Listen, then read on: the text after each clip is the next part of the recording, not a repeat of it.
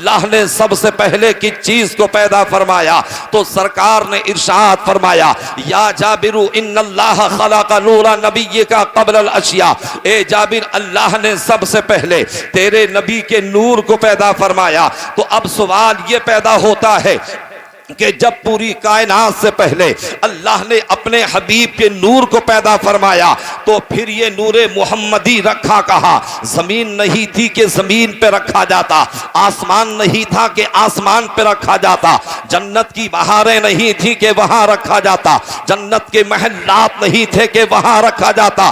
तो फिर परवरदिगार आलम ने ये नूरे मुहम्मदी रखा कहाँ?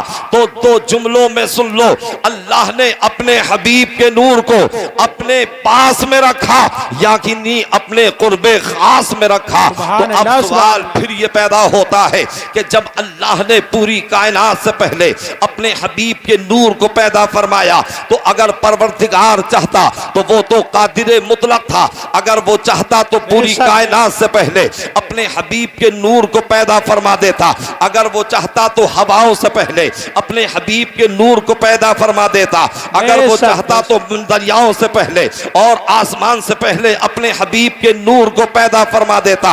ए परवरदिगार, तेरे बंदे समझना चाहते हैं कि तूने अपने हबीब के नूर से पहले, जमीन से पहले, अपने हबीब के नूर से पहले जमीन को क्यों नहीं पैदा फरमाया?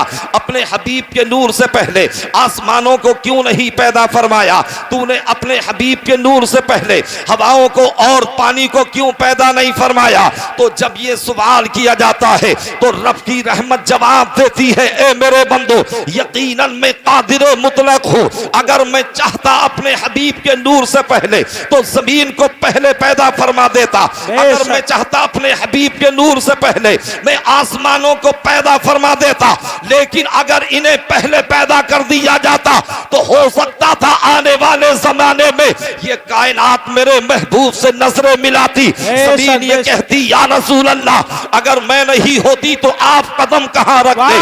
आसमान ये कहता, या रसूल अल्लाह, अगर मैं नहीं होता तो आप शामियाने में किसके रहते?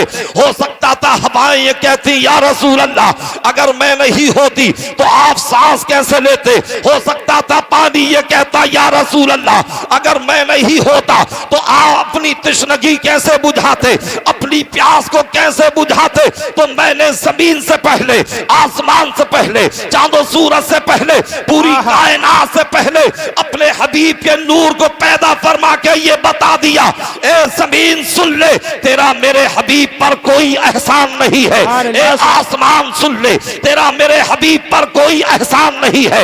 ए हवाओं सुन लो, तुम्हारा मेरे महबूब पर कोई एहसान नहीं है।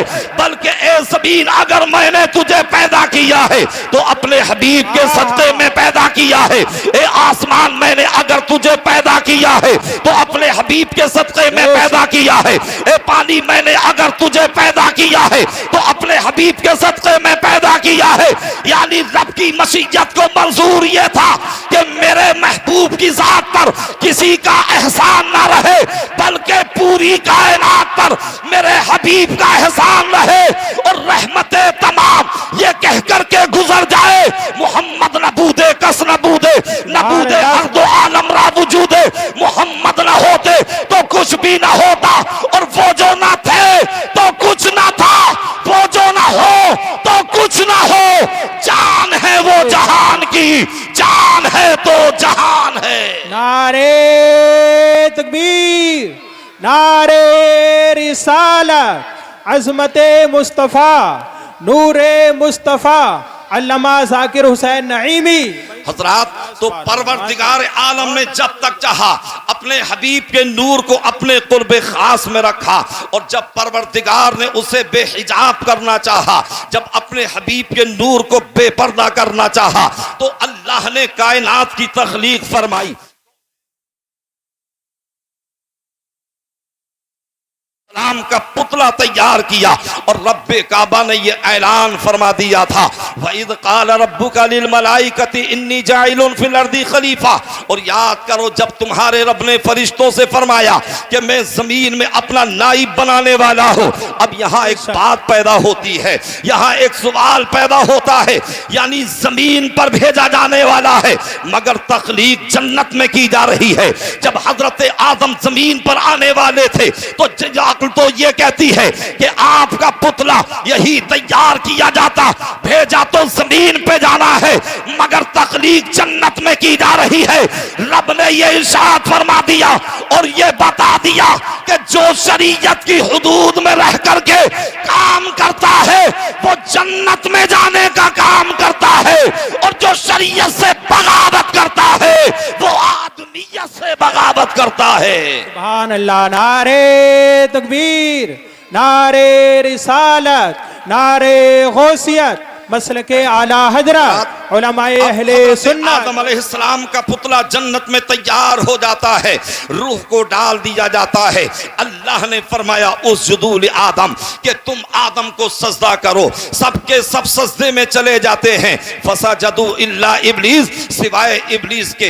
अल्लाह ने इब्लीस से फरमाया कि तुझे क्या हुआ, जब सबके सब सजदे में चले गए तो तूने आदम को क्यों सजदा नहीं किया? तो उसने कहा था क़ाला अना खैरुम मिन्हु खलक़तनी मिन नारिन व खलक़तहु मिन तीन, यानी मैं इनसे बेहतर हूँ इसलिए कि मैं आग से पैदा किया गया हूँ और ये मिट्टी से पैदा किए गए हैं और आग मिट्टी से अफजल है। तो पता ये चला कि जब आदमी के अंदर अना आ जाती है, जब आदमी के अंदर अनानियत आ जाती है, जब आदमी के अंदर किब्र पैदा होता है, जब आदमी के अंदर मैं पैदा होती है तो समझ लो उसकी बर्बादी का पहला जीना शुरू हो जाता है। अब वो बर्बादी की तरफ जा रहा है।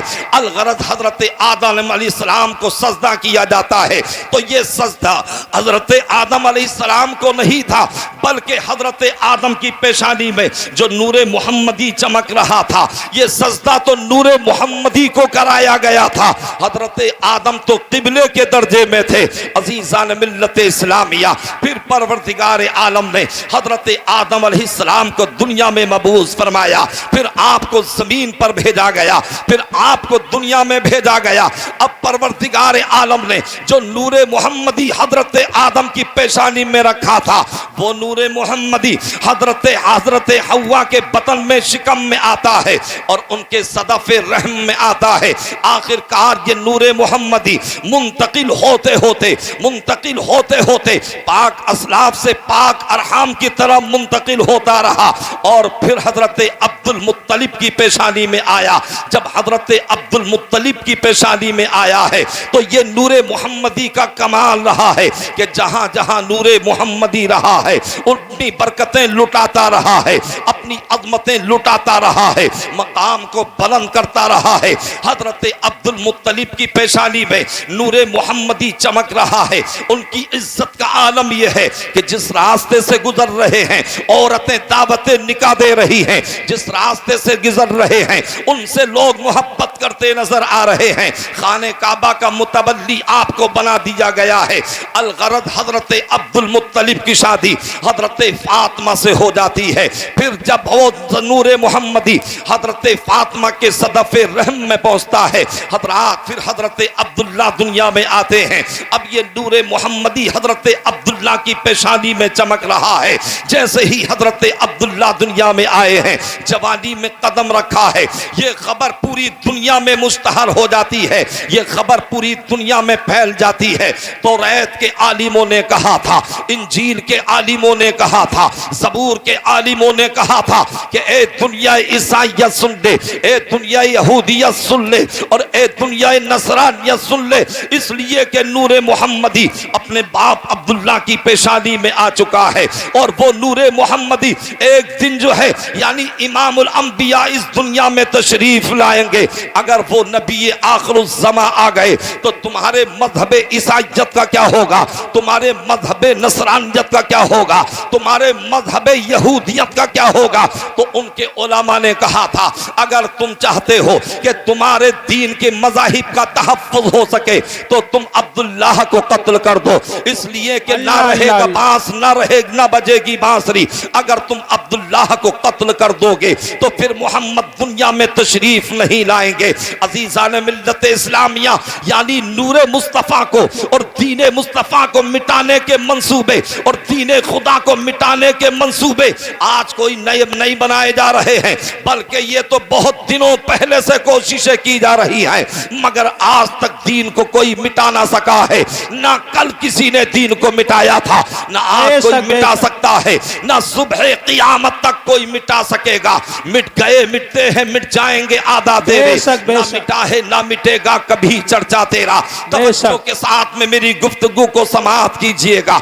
अब हजरत अब्दुल्ला की पेशानी में नूरे मोहम्मदी चमक रहा है। 70 यहूदी नौजवान जमा होते हैं, अज़्म मुसम्मम करके अपने घरों से तलवारें लेके चलते हैं, जो कि जहर में बुझी हुई तलवारें थी, और हजरत अब्दुल्ला को कत्ल करने के इरादे से निकले हैं। इनने के चलने का अंदाज ये है कि ये दिन में तो राम छुप जाते हैं, रात में ये सफर करते हैं। अब ये सफर करते करते आए मक्का शरीफ के करीब। इन्होंने लोगों से पूछा था, लोगों बताओ कि हम अब्दुल्ला से मुलाकात करना चाहते हैं, हम अब्दुल्ला से मिलना चाहते हैं। लोगों ने कहा देखो वो सामने जो अब्दुल्ला है, मगर तुम इनसे अब तो मुलाकात ना कर सकोगे। लेकिन अब्दुल्ला कभी कभी मक्के की पहाड़ियों में चले जाते हैं, सहराए मक्का में चले जाते हैं, कभी कभी दश्ते मक्का में चले जाते हैं, शिकार करने के लिए चले जाते हैं। जब यहूदियों ने यह सुना तो उनके दिल की कली खिलने लगी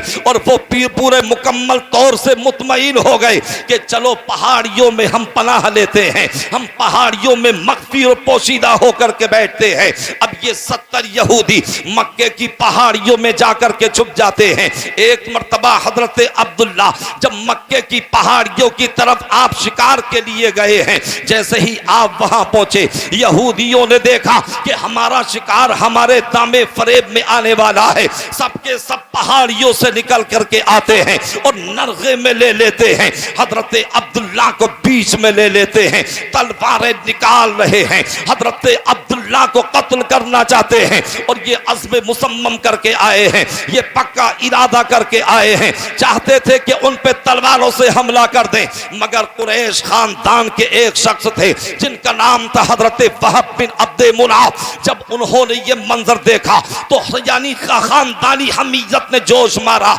हजरत वहब बिन अब्दे मुनाफ ने चाहा कि मैं आवाज दूं, लेकिन जब आपने आवाज दी तो ऐसा लगता था जैसे किसी ने गले को दबोच लिया हो। हजरत वहब बिन अब्दे मुनाफ पत्थर को उठाना चाहते हैं, मगर ज़मीन ने पत्थर को नहीं छोड़ा है। हजरत अब्दे मुनाफ, वहब बिन अब्दे मुनाफ, यानी आप तेज दौड़ करके जाना चाहते हैं, मगर ज़मीन ने आपके कदमों को पकड़ लिया है कि आप क्या समझ रहे हैं, ये मामला क्या आया है। हजरत वहब बिन अब्दे मुनाफ अगर आवाज देना चाहते हैं तो आवाज नहीं निकल रही है, अगर पत्थर उठाना चाहते हैं जमीन ने पत्थर को नहीं छोड़ा है, अगर कदमों से तेज तोड़ करके जाना चाहते हैं तो जमीन ने कदमों को पकड़ लिया है। इसकी वजह यह थी कि अगर हजरत अब्दे मुनाफ आवाज दे करके हिफाजत करते, अगर पत्थर मार करके हिफाजत करते, अगर दौड़ करके जा करके बचाते तो हजरत अब्दुल्ला को तो बचना ही था। जब हजरत अब्दुल्ला बच जाते तो फिर ये मक्के में आकर के कहते, ए अब्दुल्ला अगर मैं दौड़ करके नहीं गया होता तो तुम्हें आज कत्ल कर दिया जाता, अगर मैंने पत्थर नहीं मारा होता तो आज तुम्हें कत्ल कर दिया जाता, अगर मैंने आवाज नहीं दी होती तो तुम्हें कत्ल कर दिया जाता। यानी हजरत अब्दुल्ला पर हजरत वहब बिन अब्दे मुनाफ मक्के में आकर के एहसान जताते, मगर ये रब की मशीयत को आला मंजूर नहीं था कि मेरे महबूब पर कोई एहसान जताए। हजरत वहब बिन अब्दे मुनाफ तो हिफाजत करने की तदबीरें सोच रहे थे, मगर रब की मशीयत ऐलान कर रही थी कि फानूस बन के जिसकी हिफाजत हवा करे वो शमा क्या बुझे जिसे रोशन खुदा करे। नारे तकबीर, नारे रिसालत, नारे गौसियत, मसलके आला हजरत उलमाए अहले सुन्नत अल्लामा ज़ाकिर हुसैन नईमी। यानी अल्लाह ने फरिश्तों की जमात को भेजा जो कि अपने हाथों में तलवारें लेकर के आए और उन 70 यहूदियों को कत्ल कर दिया, उन्हें खाक व खून में मिला दिया। हजरत अब्दुल्ला बहिफाजत मक्के में आते हैं, हजरत वहब बिन अब्दे मुनाब भी घर में आते हैं और जैसे ही घर में आए अपनी बीबी हजरत बर्रा से कहा था, ए मेरी बीबी बर्रा, आज मैंने देखा है कि अब्दुल्लाह के साथ में क्या हुआ है, मगर अल्लाह ने उनकी हिफाजत की है। हमें अपनी बेटी आमना के लिए रिश्ता दरकार है। जाओ तुम अब्दुल मुत्तलिब की बारगाह में और उनसे अब्दुल्लाह का हाथ मांग लो और लिहाजा तुम उनका रिश्ता आमना के साथ में कर दो। अब हजरत बर्रा दौड़ करके जाती हैं, हजरत अब्दुल मुत्तलिब के पास में जाती हैं और जाने के बाद कहती हैं, ए अब्दुल मुत्तलिब, मैं तुम्हारे बेटे अब्दुल्लाह का रिश्ता मांगने के लिए आई हूं, तुम अपने बेटे का रिश्ता आमना के साथ में कर दीजिए। और मेरी बेटी के अंदर औसाफे हमीदा है, मेरी बेटी बड़ी नेक खसलत है, मेरी बेटी बड़ी अच्छी है, उसके अंदर कोई गुनाह की कमी की बात नहीं है। हजरत बर्रा ने कहा था, मेरी बेटी आमना की तरह से आज दुनिया में कोई लड़की नहीं है। हजरत अब्दुल मुत्तलिब ने कहा था कि मेरे बेटे अब्दुल्लाह की तरह से आज कोई नौजवान नहीं है। और हजरात, दोनों की नजीर मिल भी कैसे सकती थी, इसलिए कि इमामुल अंबिया को आना था, मुस्तफ़ा जान रहमत को आना था, शहनशाह बतहा को आना था। अलगरस निकाह हो जाता है, शादी हो जाती है। अब हजरत अब्दुल्ला और हजरत आमना का दोनों का जो है यानी रिश्ता इज़्दिवाज में मुंसलिक हो जाते हैं। अब दोनों का रिश्ता हो जाता है। लेकिन हजरात, जब नूरे मोहम्मदी की खबर पूरी दुनिया में गश्त कर रही थी, जब ये खबर मुल्क शाम में पहुंची है, जब ये खबर मुल्क यमन में पहुंची है, जब ये खबर मिस्र की सरजमीन पर पहुंची है, जब ये खबर ईरान की सरजमीन पर पहुंची और जब मुल्क शाम की सरजमीन पर पहुंची, तो मुल्क शाम के बादशाह की बेटी जिसका नाम फातिमा मुअर्रिखीन ने लिखा है, जब फातिमा ने ये सुना कि नूरे मोहम्मदी अब्दुल्ला की पेशानी में जगमगा रहा है, उसने अपनी कनीजों को लिया, उसने अपने मालो असासा को लिया, उसने अपने मालो दौलत को लिया और सबको यकजा करने के बाद वो मक्के की तरफ सफर करना शुरू कर देती है। और मुद्दत मदीद के बाद फिर ये मक्के की सरजमीन पर आती है।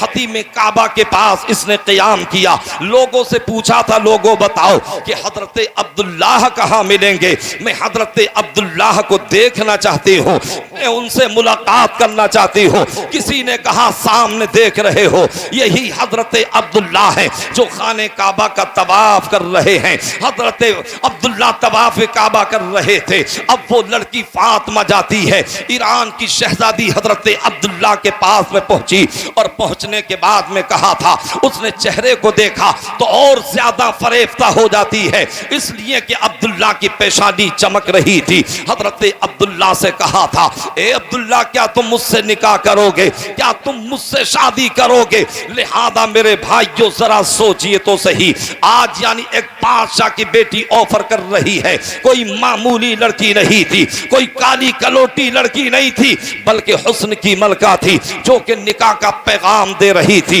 हजरत अब्दुल्ला ने कहा, मैं अपने बाप अब्दुल मुत्तलिब से इजाजत ले लो, तब मैं शादी निकाह करूंगा। अब हजरत अब्दुल्ला घर में आए, उनके दिल में ख्वाहिश मुजामअत डाली गई और हजरत आमना से कुर्ब हासिल किया। अब वो नूरे मोहम्मदी हजरत आमना के सदफे रहम में चला जाता है। अब हजरत अब्दुल्ला सुबह को हजरत अब्दुल मुत्तलिब से कहते हैं, ए वालिदे गिरामी, मुल्क शाम के बादशाह की बेटी आई है और उसने मुझे पैगाम निकाह दिया है, उसने मुझे निकाह का पैगाम दिया है, मगर जब तक आप इजाजत नहीं दोगे उस वक्त तक मैं शादी नहीं करूंगा, जब तक आप इजाजत नहीं दोगे उस वक्त तक मैं निकाह नहीं करूंगा। तो ए मेरे नौजवानों, जरा सोचो और जरा तसव्वुर तखय्युल में लाओ, सरकार के वालिद हजरत अब्दुल्लाह को यानी निकाह साली की इजाजत ले रहे हैं। अब वो नौजवान कौल का कान खोल करके सुने कि जो अपनी मर्जी से शादी कर रहे हैं, ना बिरादरी देख रहे हैं, ना इमाम देख रहे हैं, ना काफिरा को देख रहे हैं, ना मुशरिका को देख रहे हैं, और दीवानी यानी जवानी दीवानी हुआ करती है। जरा सी मोहब्बत क्या हो गई, फिर तो न माँ की इज्जत का ख्याल है, न बाप की इज्जत का ख्याल है, न खानदान की इज्जत का ख्याल है, न रिश्तेदारों का ख्याल है। अब ये दोनों या तो कोर्ट मैरिज कर रहे हैं या भाग करके शादी कर रहे हैं। अब ये शादी तो होती है, मगर मेरे भाइयों नतीजा क्या निकलता है? महीने 2 महीने गुजरते हैं, या तो किसी को कत्ल कर दिया जाता है, या उसे रेलवे स्टेशन पर छोड़ दिया जाता है, या उसे जहर दे दिया जाता है, या तो तलाक की बात आ जाती है, या खुला की बात आ जाती है। देखो थाना मुंडा पांडे में जाकर के, देखो मुरादाबाद की कोर्ट और कचहरी में, देखो आप रामपुर की कोर्ट और कचहरी में जाकर के सबसे ज्यादा मुकदमे मिलेंगे तो आपको मुसलमान लड़कियों के, औरतों के मिलेंगे, या तो जहेज पीड़िता के मिलेंगे, या लड़की बाजी के मिलेंगे, या लड़की को भगाने के मिलेंगे। लिहाजा मेरे नौजवानों, मैं तुम्हें ये पैगाम देना चाहता हूं, अरे जो रिश्ता लज्जते नफ्स के लिए किया जाता है उसमें मोहब्बत नहीं होती, उसमें बिगाड़ होता है, उसमें बेइज्जती होती है, उसमें रुसवाई होती है। मगर जो रिश्ता माँ बाप करते हैं, होने वाले सोजा और सोच में परवरदिगार मोहब्बत पैदा फरमा देता है। अब जब मर्जी से शादी होती है तो वो घर रहमतों का मामूरा बन जाता है। शक नारे तकबीर, नारे रिसालत, मिलादे मुस्तफा कॉन्फ्रेंस, सरकार ने फरमाया रसूल कमेटी, मरअतुली अर्बइन लिमालिहा वली हसबिहा वली जमालिहा वली दीनिहा फज़फर बिदातिद दीन तरिबत यदा। यानी 3 वजहों से, 4 वजहों से निकाह किया जाता है। औरत के माल और दौलत की वजह से, औरत के हुस्न और जमाल की वजह से, औरत के हसब और नसब की वजह से, और औरत की दीन की वजह से। मेरे आका इरशाद फरमाते हैं फज़फर बिदातिद दीन, यानी तुम दीन वाली को पसंद करो। अगर तुम दीन वाली पसंद ना करोगे तो तसव्वुर भी इज्जत का नहीं किया जा सकता है, सुकून का कोई तसव्वुर नहीं किया जा सकता है। अज़ीज़ान मिल्लत इस्लामिया, मेरे आका इरशाद फरमाते हैं अगर तुम ऐसा नहीं करोगे तब तरिबत यदा, तो तुम यानी गर्द आलूद हो जाओ, तुम्हारी नाक गर्द आलूद हो जाए। मतलब यह है कि तुम रुसवा हो जाओगे, तुम जलील हो जाओगे। तो ए मेरे नौजवानों, इस कॉन्फ्रेंस से ये पैगाम लेकर के जाना और ये अज़्म मुसम्मम करके जाना, हम जो भी कदम उठाएंगे माँ बाप की मर्जी से उठाएंगे। अगर माँ बाप की मर्जी से कदम उठाओगे तो तुम्हारा रसूल भी राजी हो जाएगा और तुमसे तुम्हारा परवरदिगार भी राजी हो जाएगा। भाई बहुत खूब, सुभान अल्लाह। अब हजरत अब्दुल्लाह से हजरत अब्दुल मुत्तलिब ने कहा बेटा निकाह सानी करने की इजाजत है, आप निकाह कर सकते हैं। अब हजरत अब्दुल्ला आए सुबह को खाने काबा का तवाफ करने के लिए। जब खाने काबा का तवाफ किया तो फिर वो लड़की आई करीब में, मगर अब्दुल्ला के चेहरे को देखा और देखने के बाद अपने रुख को फेर लेती है। हजरत अब्दुल्ला ने कहा था ए फातिमा जरा ये बता दे, कल तो तू मुझे निकाह का पैगाम दे रही थी, कल तो तू मुझे पैगाम शादी दे रही थी, मगर आज तूने अपने चेहरे को क्यों फेर लिया है? उस शहजादी ने जवाब दिया था ए अब्दुल्ला मुझे कोई गलत मत समझना, बल्कि मैं तो निकाह का पैगाम दे रही थी। वजह यह थी कि तुम्हारी पेशानी में जो नूरे मोहम्मदी था, मैं तो ये चाहती थी, मैंने तौरात के आलिमों से सुना था, मैंने ज़बूर के आलिमों से सुना था कि वो नूरे मोहम्मदी अब्दुल्ला की पेशानी में चमक रहा है, और जो अब्दुल्ला की बीवी बनेगी इमामुल अंबिया उसी के बतन से दुनिया में आएंगे। तो मेरी तमन्ना यह थी कि आप मेरे शोहर बन जाएं और इमामुल अंबिया दुनिया में आए तो मेरे बतन से आए, इसलिए कि जब इमामुल अंबिया दुनिया में मेरे बतन से आएंगे तो जहां मुस्तफा का चर्चा होगा तो वहां मेरा भी चर्चा होता रहेगा। सुभान अल्लाह, सुभान अल्लाह, माशाअल्लाह। तो ये नूरे मोहम्मदी का कमाल है। ये नूरे मोहम्मदी ये जहां जहां रहा है वहां अपनी बरकतें लुटाता रहा है। अगर ये हजरत आदम की पेशानी में रहा है, हजरत आदम की तौबा को कबूल किया गया है, हजरत इब्राहीम की पेशानी में रखा गया है, तो उन पर नारे नमरूद को गुलजार कर दिया गया है। हजरत गिरामी यही नूरे मोहम्मदी हजरत इस्माइल अलैहिस्सलाम की पेशानी में रखा गया, तो हजरत इस्माइल को छुरी के नीचे से निकाल करके जन्नत का दुम्बा ला करके यानी उसे ज़िबा करा दिया गया है, हजरत इस्माइल को बचा लिया गया है। तो ये नूरे मोहम्मदी का कमाल है कि ये नूरे मोहम्मदी जहां जहां रहा है अपनी बरकतें लुटाता रहा है, अपनी रहमतें लुटाता रहा है, अपनी अज़मतें लुटाता रहा है। यहां तक कि अगर हजरत आदम चमके हैं तो इसी नूर से चमके हैं, हजरत शीश चमके हैं तो इसी नूर से चमके हैं, हजरत याकूब चमके हैं तो इसी नूर से चमके हैं, हजरत यूसुफ चमके हैं तो इसी नूर से चमके हैं, हजरत इब्राहीम चमके हैं तो इसी नूर से चमके हैं, हजरत इस्माइल चमके हैं तो इसी नूर से चमके हैं, हजरत मूसा चमके हैं तो इसी नूर से चमके हैं, हजरत ईसा चमके हैं तो इसी नूर से चमके हैं, अजी जिब्रील चमके हैं तो इसी नूर से चमके हैं, मीकाईल चमके हैं तो इसी नूर से चमके हैं, इसराफील चमके हैं तो इसी नूर से चमके हैं, इस्राईल चमके हैं तो इसी नूर से चमके हैं, सिद्दीक अकबर चमके हैं तो इसी नूर से चमके हैं, फारूक आजम चमके हैं तो इसी नूर से चमके हैं, उस्मान गनी चमके हैं तो इसी नूर से चमके हैं, अली मुर्तजा चमके हैं तो इसी नूर से चमके हैं, इमाम हसन चमके हैं तो इसी नूर से चमके हैं, अमीर मुआविया चमके हैं तो इसी नूर से चमके हैं, इमाम आजम चमके हैं तो इसी नूर से चमके हैं, गौसे आजम चमके हैं तो इसी नूर से चमके हैं, गरीब नवाज चमके हैं तो इसी नूर से चमके हैं, साबिर पाक चमके हैं तो इसी नूर से चमके हैं, महबूब इलाही चमके हैं तो इसी नूर से चमके हैं, मखदूम सिमना चमके हैं तो इसी नूर से चमके हैं, मखदूम मारेरा चमके हैं तो इसी नूर से चमके हैं, वारिस देवा चमके हैं तो इसी नूर से चमके हैं, सदरुल शरिया चमके हैं तो इसी नूर से चमके हैं, आला हजरत चमके हैं तो इसी नूर से चमके हैं, और सदरुल्लाह फाजिल चमके हैं तो इसी नूर से चमके हैं, हाफिज मिल्लत चमके हैं तो इसी नूर से चमके हैं, मुजाहिद मिल्लत चमके हैं तो इसी नूर से चमके हैं, अजी ताजुल शरिया चमके हैं तो इसी नूर से चमके हैं। तुम भी नबी की बारगाह में अपने अरीज़े को पेश करो और ज़बान आला हजरत में बोलो, या रसूल अल्लाह चमक तुझसे पाते हैं सब पाने वाले, मेरा दिल भी चमका दे चमकाने वाले। अल्लाह, नारे तकबीर, नारे रिसालत, नारे गौसियत, मसलके आला हजरत। हजरात, जो मुझे टाइम दिया गया है इंशाअल्लाह मैं उसी टाइम के मुताबिक जो है अपना कलाम और अपनी गुफ्तगू को जारी रखूंगा।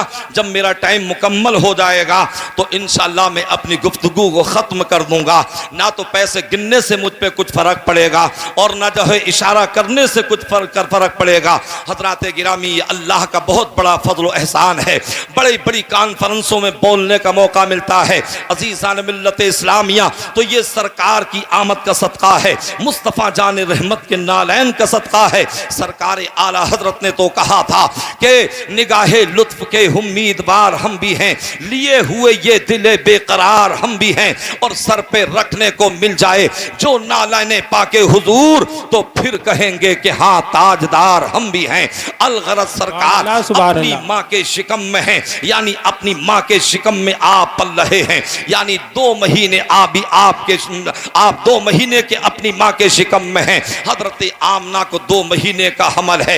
हजरत अब्दुल मुत्तलिब ने कहा था, ए मेरे बेटे अब्दुल्ला, हमारे यहाँ बच्चा पैदा होने वाला है, हम मक्के वालों की दावत करेंगे, तुम माले तिजारत लेकर के जाओ मुल्क शाम और वहां से जरे कसीर लेकर के आओ, हम अच्छी दावत खिलाएंगे, हम लोगों की ज़ियाफत करेंगे, हम लोगों को दावते ताम देंगे। अलगरज हजरात, हजरत अब्दुल्ला जाते हैं मुल्क शाम की तरफ जाते हैं और तिजारत करते हैं। जब वापस होने लगते हैं, मदीना शरीफ की सरजमीन पर पहुंचे, आपकी तबीयत नासाज हो गई। हजरत अब्दुल्ला वहीं रुक जाते हैं, काफले वाले मदीना मक्का शरीफ आ जाते हैं। हजरत अब्दुल मुत्तलिब ने कहा था, ए लोगों जरा ये बताओ कि तुमने मेरे बेटे अब्दुल्लाह को कहां छोड़ा है? लोगों ने, काफले वालों ने कहा, उनकी तबीयत नासाज थी, हमने उन्हें मदीना शरीफ में छोड़ा है। हजरत अब्दुल मुत्तलिब अपने बेटे हारिस को भेजते हैं कि जाओ अपने भाई अब्दुल्ला को लेकर के आओ। अब हारिस जाते हैं और जैसे ही मदीना शरीफ में पहुंचे तो पता चला कि हजरत अब्दुल्ला का तो विसाल हो चुका है। हजरत अब्दुल्ला अब दुनिया में नहीं रहे। अल्लाह अल्लाह, जब हजरत हारिस वापस पलट करके आते हैं, हजरत अब्दुल मुत्तलिब को पता चलता है।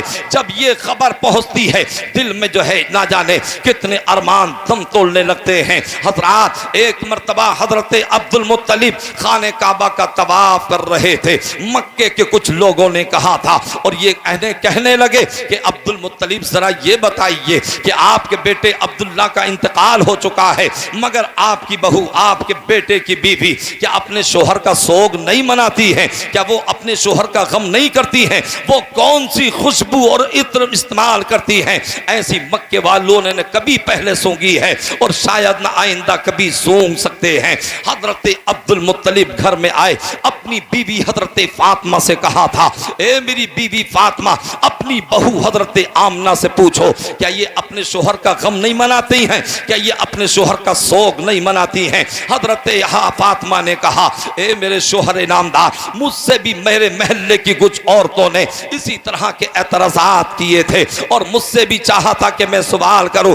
जब मैंने चाहा कि सवाल करूं तो हजरत फातिमा, हजरत आमना की पेशानी से एक नूर निकला और वो नूर इस तरीके से निकला कि मेरी पेशानी से टकराया और मैं जमीन पर गश खा करके गिर जाती हूँ। अल्लाह अल्लाह।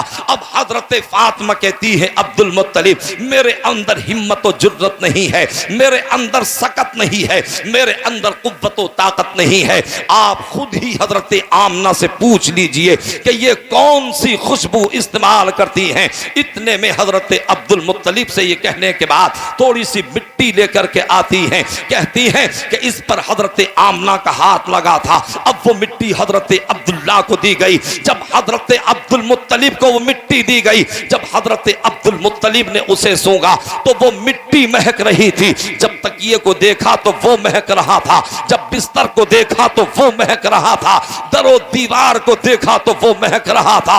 हजरत आमना ने कहा था, ए वालिदे गिरामी अब्दुल मुत्तलिब, आप सोग की बात करते हैं, आप गम की बात करते हैं। जब से मेरे शोहर अब्दुल्ला का इंतकाल हुआ है, ना दिन में सुकून मिलता है, ना रात में सुकून मिलता है। मैं अख्तर शुमारी करके रात को गुजारती हूँ और आप मुझसे सुनिए, मैं पूरी कैफियत बयान करती हूँ। अब हजरत आमना बयान करती हैं कि जब मैं पानी भरने के लिए कुएं पर जाती हूँ और जब मैं कुएं के पास में पहुंचती हूँ तो पानी का कुआं ऊपर को आ जाता है, मैं हाथ डाल करके पानी भर लेती हूँ। मेरी और सहेलियां और मक्के की और औरतें कहा करती हैं, ए बहन आमना जरा ठहरी रहना, कि तुम ठहरी रहोगी तो ये पानी ऊपर रहेगा, हम भी तुम्हारे सदके में भर लेंगी। और ए वालिदे गिरामी, जब मैं पानी भरने के बाद वहां से कदम घर की तरफ को रखती हूँ और जब मैं नोकीले पत्थरों पर अपने कदम को रखती हूँ तो वो नोकीले पत्थर जो है मोम हो जाते हैं। मैं जिन दरख्तों के सामने से गुजरती हूँ वो दरख्त सलाम पेश करते नजर आते हैं और मैं जिन गलियों से गुजरती हूँ वो गलियां महकती नजर आती हैं। इसमें मेरा कमाल नहीं बल्कि मेरे शिकम के अंदर जो मेरा बेटा पल रहा है, ये मेरे बेटे का कमाल है। तभी तो आला हजरत फरमाते हैं, उनकी महक ने दिल के गुंचे खिला दिए हैं, जिस राह चल दिए हैं कूचे बसा। सुभान अल्लाह, सुभान अल्लाह।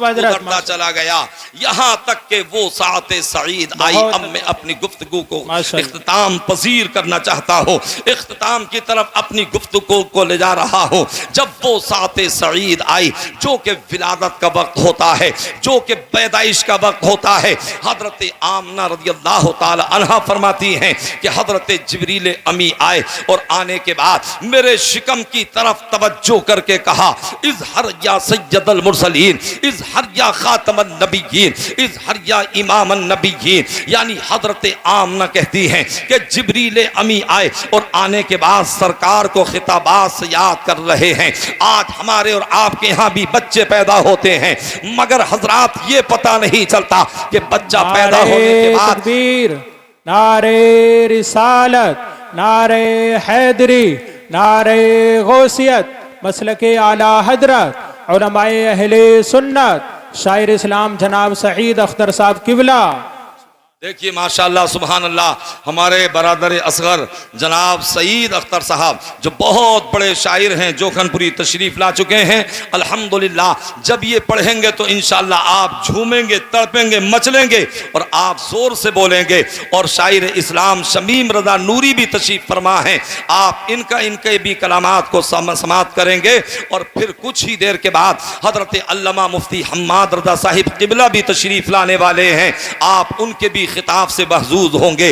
तो मैं अर्ज ये कर रहा था, आज भी बच्चे पैदा होते हैं मगर आज तक ना कोई मशीन बता सकती है, आज तक ना कोई अल्ट्रासाउंड बता सकता है, आज तक ना कोई चेकअप मशीन बता सकती है, आज तक ना कोई साइंटिस्ट बता सकता है, आज तक ना कोई रिसर्च करने वाला बता सकता है कि पेट में जो बच्चा पल रहा है, ये बच्चा पैदा होने के बाद ये रहसन बनेगा या ये आलिम बनेगा, ये डाकू बनेगा या ये शराबी बनेगा, ये मुफ्ती बनेगा, ये अच्छा बनेगा या बदकार बनेगा, ये नमाजी बनेगा या ये शराबी बनेगा, ये हाजी बनेगा या ये क्या क्या बनेगा, कोई भी नहीं बता सकता।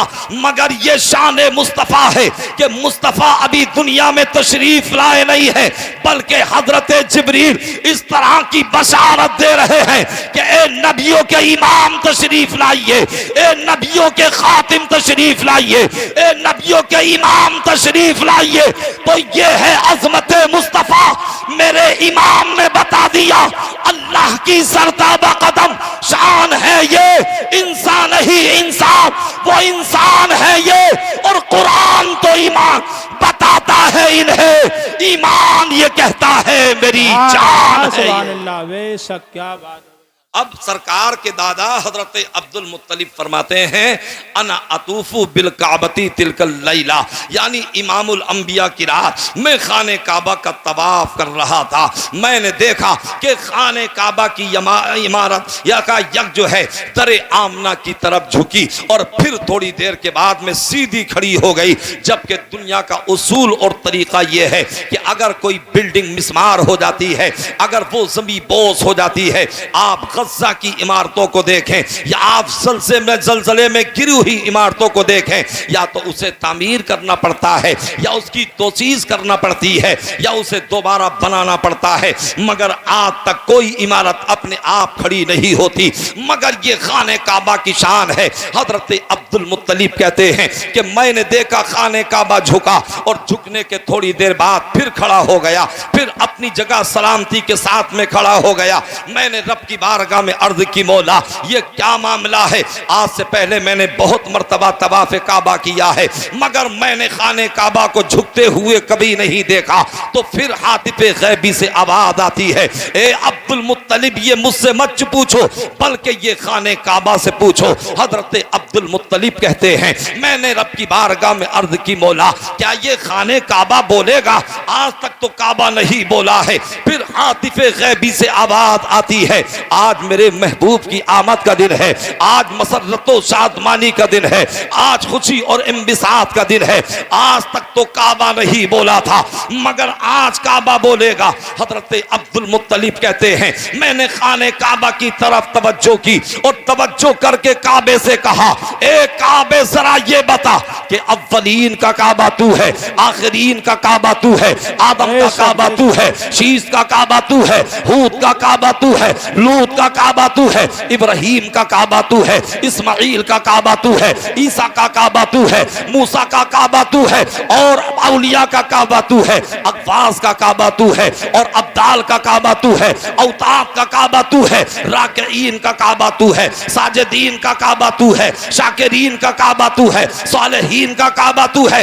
एक काबा सबका तो काबा तू है, मगर जरा ये बता दे कि तू किसके लिए झुका है। तो काबे से आवाज आती है, अल्लाह उसे कुव्वते गोयाई अता फरमाता है और काबा कहने लगता है, ए अब्दुल मुत्तलिब सुनो सुनो, यानी अव्वलीन का काबा मैं हूँ, आखिरीन का काबा मैं हूँ, आदम का काबा मैं हूँ, शीश का काबा मैं हूँ, लूत का काबा मैं हूँ, हूद का काबा मैं हूँ, इब्राहीम का काबा मैं हूँ, इस्माइल का काबा मैं हूँ, और अब्बास का काबा मैं हूँ, औजाद का काबा मैं हूँ, अब्दाल का काबा मैं हूँ, राकईन का काबा मैं हूँ, साजिदीन का काबा मैं हूँ, शाकिरीन का काबा मैं हूँ, सालेहीन का काबा मैं हूँ।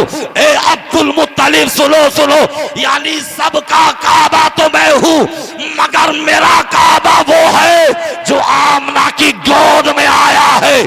तभी तो आला हजरत फरमाते हैं कि जिनके सजदे को महराबे काबा झुकी, उन भवों की लताफत पे लाखों सलाम। नारे तकबीर, नारे रिसालत, मिलादे मुस्तफ़ा कॉन्फ्रेंस, आशिक रसूल कमेटी। सुभान अल्लाह। बस बात खत्म हो रही है मेरी। तो जवाब दिया कि सबका काबा तो मैं हूं, मगर मेरे काबा मोहम्मद अरबी है सल्लल्लाहु अलैहि वसल्लम। अब मक्के का दस्तूर यह था कि जब वहां बच्चा पैदा होता तो सबसे पहले उसे खाने काबा का तवाफ कराया जाता, लड़की पैदा हो या लड़का, दौरे जहालत में उनका यह मामूल था।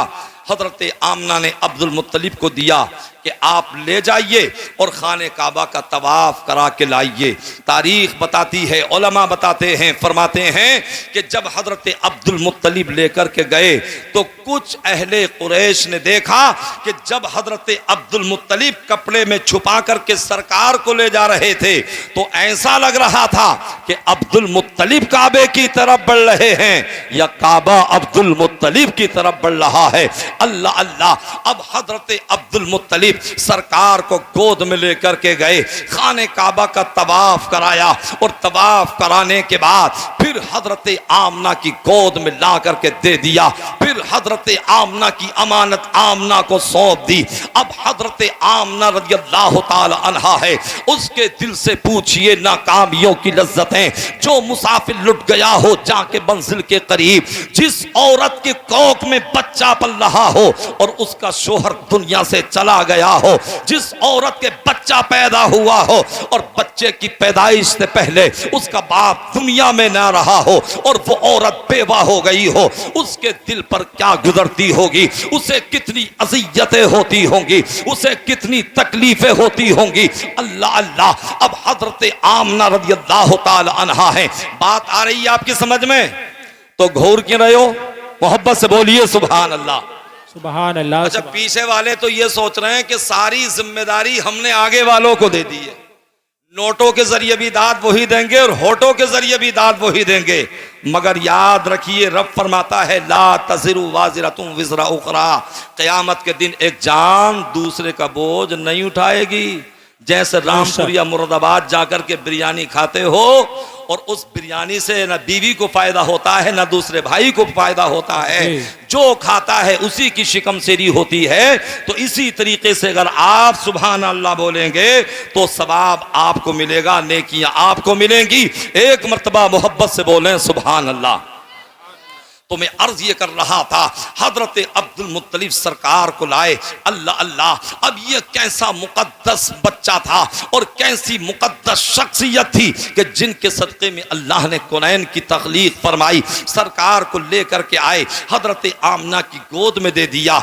अब हजरत आमना अपने बच्चे को देख रही हैं और देख करके कह रही हैं बच्चा बड़ा हसीन है, बच्चा बड़ा खूबसूरत है, बच्चा बड़ा जमाल वाला है, मगर फिर अंदर से दिल भर आता है और पल के आंसुओं से भीग जाती हैं। हजरत आमना सोच रही हैं, अगर बच्चा खूबसूरत है मगर है तो यतीम, बच्चा जमाल वाला है मगर है तो यतीम, अगर इसका बाप दुनिया में होता तो इसके लिए खिलौने ला करके देता, अगर इसका बाप दुनिया में होता तो इसे घुमाने के लिए लेकर के जाता, अगर इसका बाप दुनिया में होता तो इसे लोरियां दे करके सुलाता। लेकिन अब इसका बाप दुनिया में नहीं है। काश इसके बाप अब्दुल्लाह मौजूद होते, काश मेरे शोहर अब्दुल्ला मरहूम दुनिया में होते।